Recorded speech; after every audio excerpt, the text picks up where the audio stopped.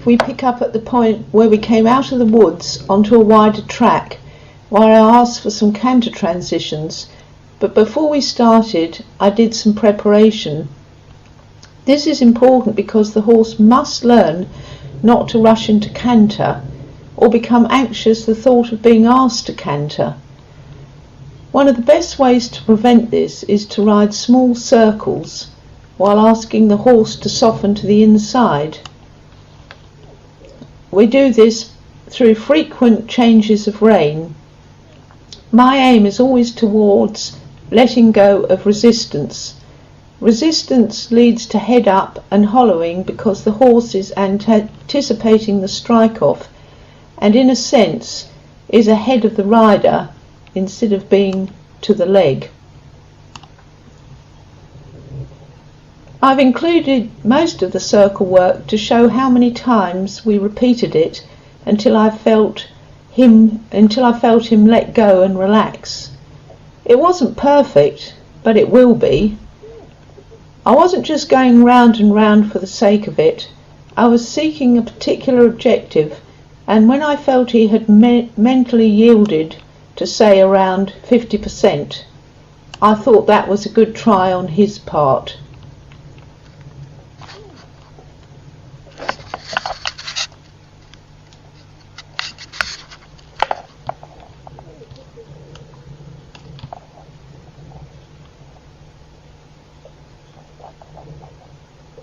I'm always striving to get his head, for him to let go and get his head down and show how relaxed he is about what I'm going to ask him to do next.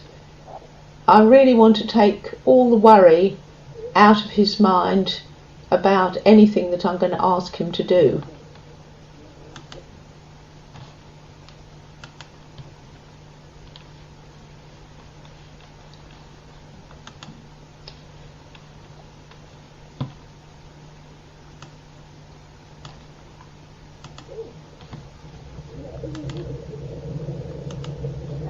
The first canter is in the same place, but it isn't the canter that was shown in the last clip.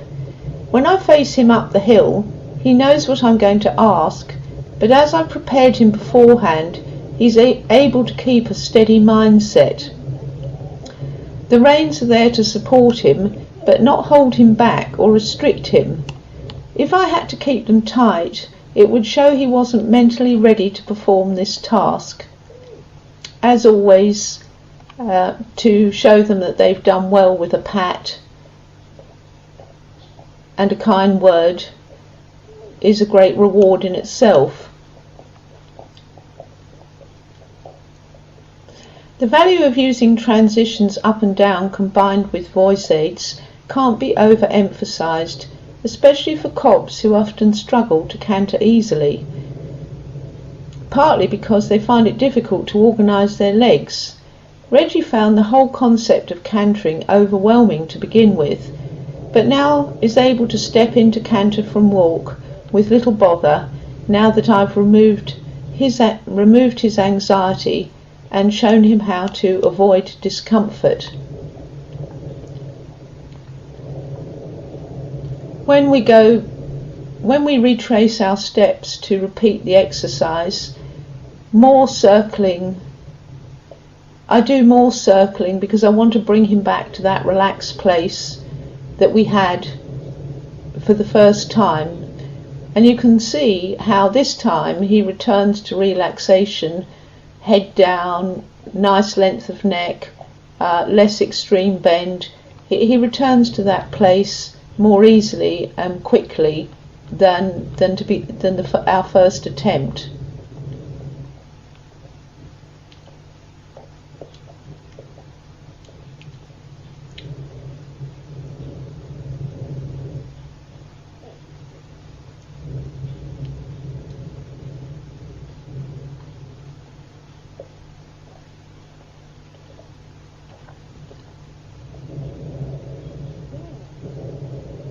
Asking him to stand, even momentarily, allows me to check how relaxed he is.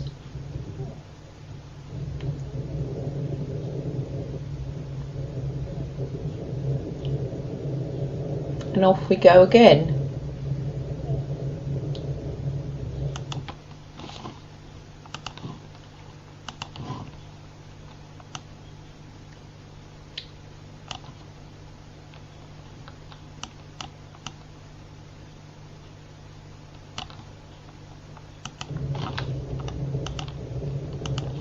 Absolute straightness is another key factor, particularly in canter.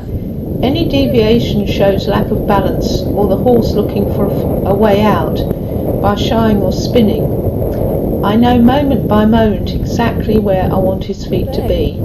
I make sure not to lose straightness when he comes back to trot and to try and keep equidistant between the edge of the track and the woods on the other side. The added benefit is that Reggie, like all horses, appreciates the support because he doesn't feel. Very good. The value of what we were doing can be seen by his relaxed walk on a long rein past huge piles of logs, which are the perfect indicator that he has understood what we were trying to achieve during this session.